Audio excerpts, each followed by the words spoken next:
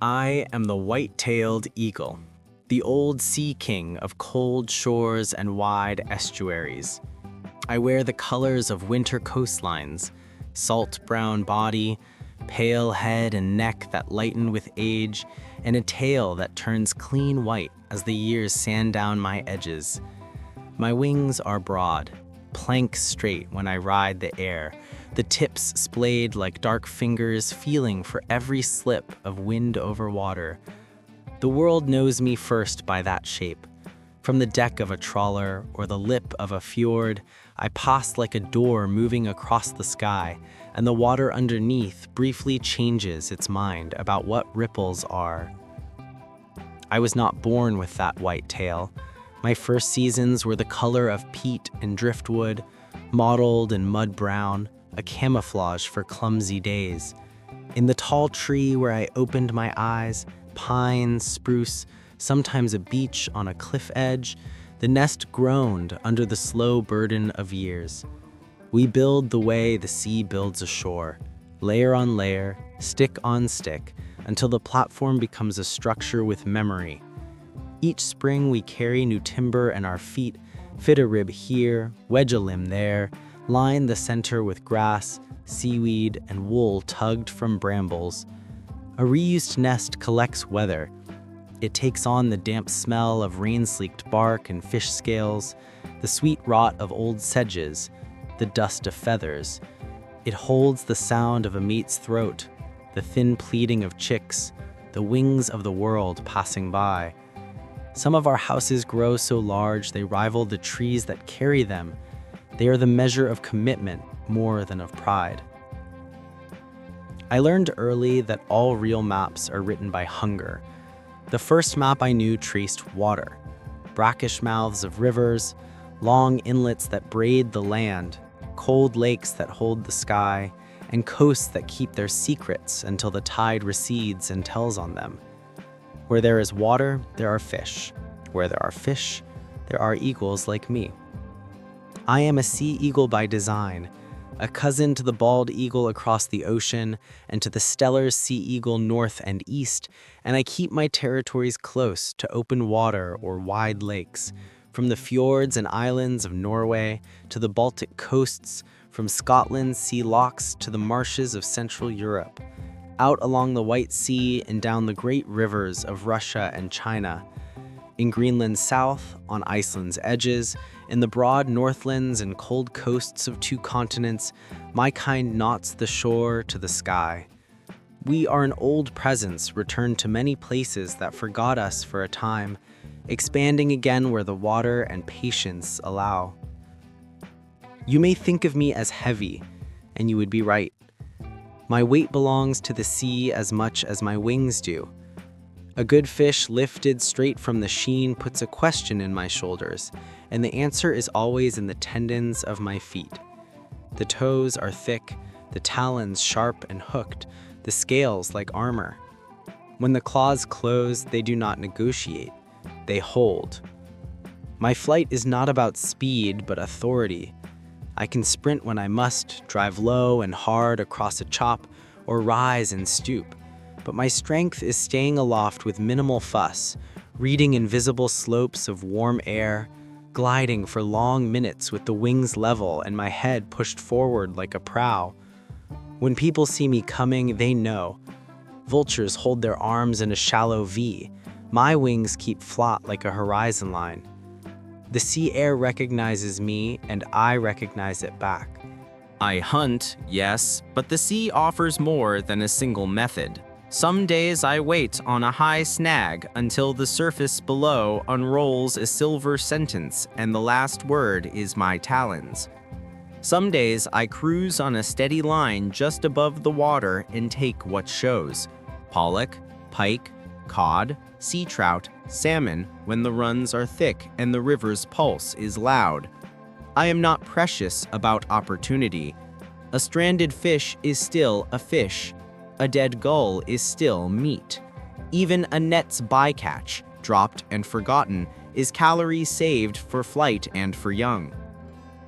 My style is part provider, part opportunist, part thief if you insist on that word. I will harry an osprey until it lets go, or press a corvid off a tideline prize. Out here, ownership is mostly about timing and will. My voice does not match your posters. When I open my throat, the sound is a croak and cackle, a chattering bark that rides the wind like drift foam. It startles those who expect a royal trumpet. I leave trumpets to the heraldry that borrowed me centuries ago. My calls mean things to those who need to know them. A mate, a fledgling, a rival too close to the boundary. They tell of possession and distance, of readiness and alarm, and they stitch separate parts of the shoreline into a territory while the waves undo the stitching below, always at work, always erasing. I took the sea in through my eyes before I took it in through my beak. My sight is not a claim of myth, it is a fact. At height, a ripple against the current becomes a precise thing. The turn of a fish, the head of a duck lifting from a dabble, the slick curve of a mammal's back as it breaks. I read the surface like script. The nictitating membrane slides over the eye when I drop fast, a clear curtain against spray that keeps the letters sharp. Down is violence slowed to calculation, angle, wind, distance, weight, lift. Up is simply a repeat of the lesson. Beat, hold, then let the air take its share of the work as soon as it can. I did not choose my first mate the way poets might tell it. Choice lives here, but it is braided with place and readiness. We met on a turning of air and measured each other by pattern and nerve. We carried sticks together.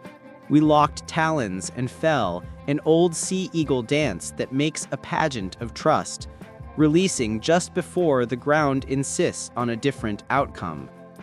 In the nest, we traded warmth and watch. When the eggs came, chalk ovals pressed into cup-soft grass, time narrowed to a few necessary hours, looped endlessly. The first crack in a shell sounds like fate becoming visible. After that, it is all hunger and weather and judgment. How far to fish? Which day to leave both young alone? How long we can fend off a gale with our bodies before the nest surrenders its balance back to gravity. Half the work is defense. Not everything respects a house with a view. Ravens probe the edges. Gulls assemble like weather. Foxes, martins, and the occasional bold crow climb where the bark gives them a ladder. Owls want what we want. Other eagles do too. The border is a conversation conducted mostly with wing posture and speed. When that fails, the feet do the talking. I have traded blows on upriver bends and cliff seams, a wheel of brown and white feathers briefly exploding into the air before gravity and caution split us apart. Territory is not an idea.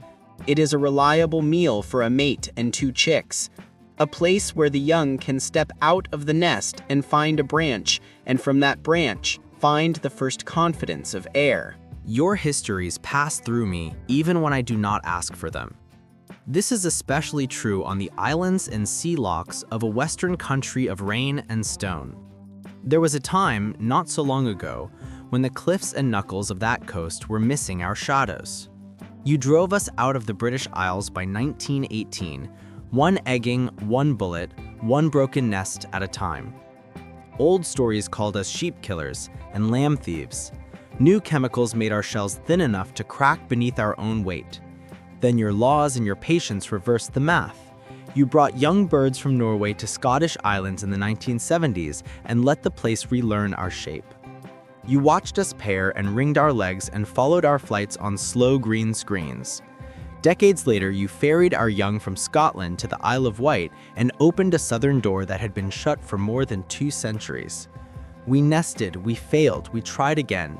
In England now, there are chicks where none fledged since the 18th century, and more of us are drawing long white commas on the map.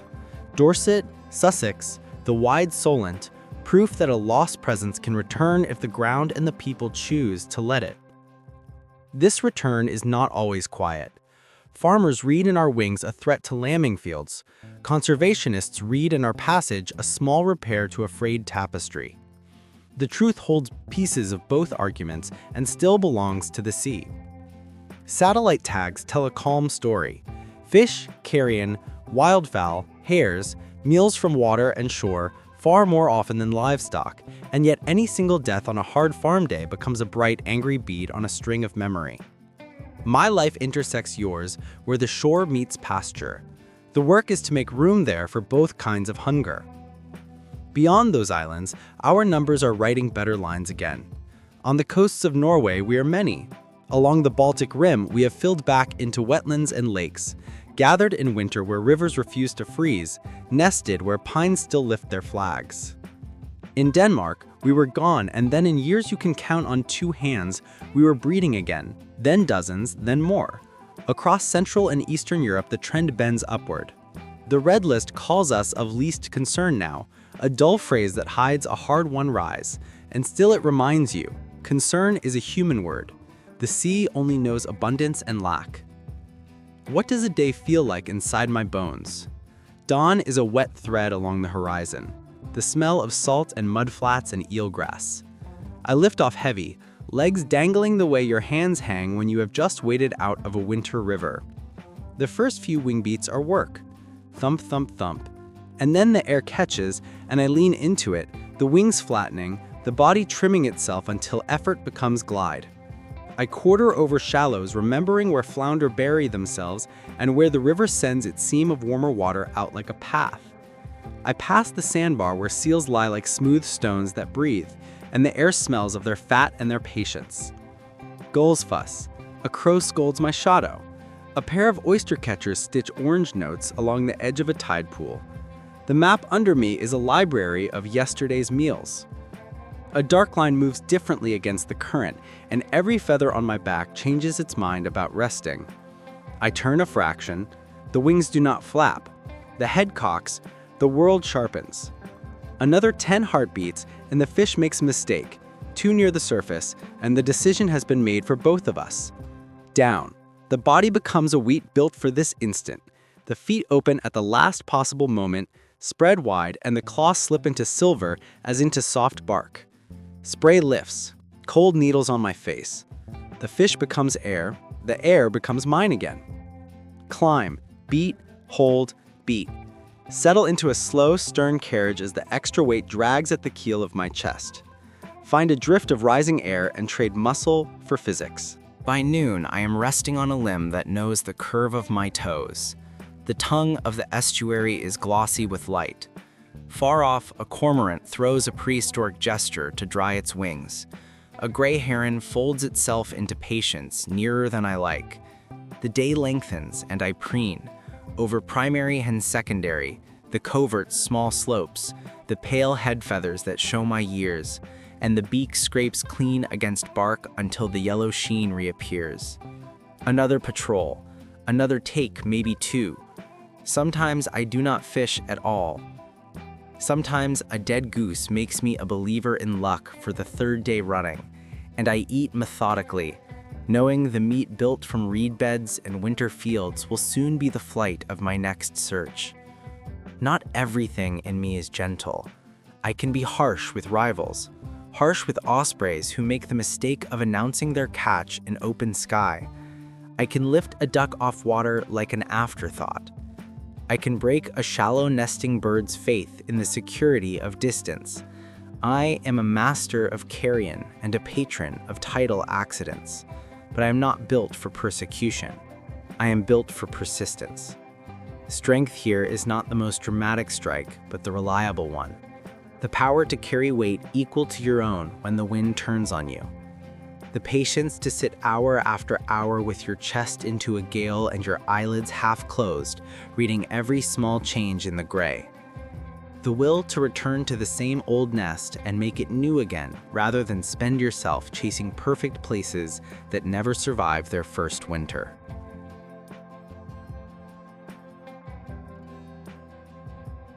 I have flown long. across a Baltic that looks metallic under snow sky, along the teeth of Norwegian coasts where the mountains crowd the water until only a thread of boat track shows you the way, over German rivers that hold barges like beetles, along Polish wetlands lit with reed beds, across Hungarian pans in summer haze, then north again to the clean, hard brightness where the sea smells pure. Every country that meets the water teaches the same lessons in a different accent. The fish change names. The wind changes temperature. The human edge becomes a forest of cranes and turbines or a quiet cliff with sheep the size of stones. But the work is the same. Sea, flight, food, nest, mate, young, rest, repeat. It sounds simple because it is hard. Old age for me is not ceremony. It is a lightening of feathers and a slow expansion of pale across the head and neck. It is a gathering of knowledge about when not to spend yourself and when to hazard an extra mile in rough weather. It is a wing beat slightly slower than it used to be and a glide slightly longer. It is a nest deeper with each spring and a branch that fits your feet like a well-worn grip on a tool.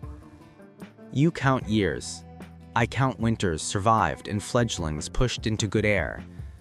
In the wild, my kind often reaches 2 decades or more. Some of us, in safer human hands, make it much longer, though safety has a cost I do not wish to pay. Freedom writes its own risks into the margins of every day. For all the human stories stitched to me, coats of arms, carved stones, coins passed from hand to hand, I live outside of your language most of the time. My ethics are the weather's ethics, my justice the arithmetic of effort in return. You call me majestic, I call this competence. You call me a symbol, I call myself hungry in the morning and satisfied by afternoon if the tide and my judgment are in agreement. You celebrate my return, and some of you worry at it. Both reactions are part of the same fact. I am back in places that forgot the size of my shadow. Your patience, your laws, your restraint, and your willingness to leave a few tall trees standing near good water are the reason you can look up and see my wings level with the horizon again. Keep those bargains and I will keep mine. If you want to find me, go to the edges where countries turn to weather. Wait where river meets sea and the world smells like salt and leaf rot together. Look for a shape that does not hurry. Watch how it holds the wind with the level wing and how the head juts forward as if the bird were thinking with its beak. Don't expect to scream. Expect a rough-edged cackle rolling over water and the sudden certainty that a large idea just crossed in front of the sun.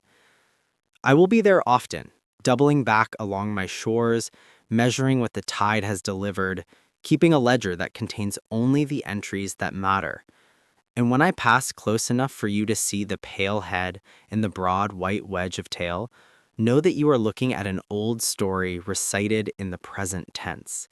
Wildness pronounced clearly, syllable by syllable, over the open water that wrote it.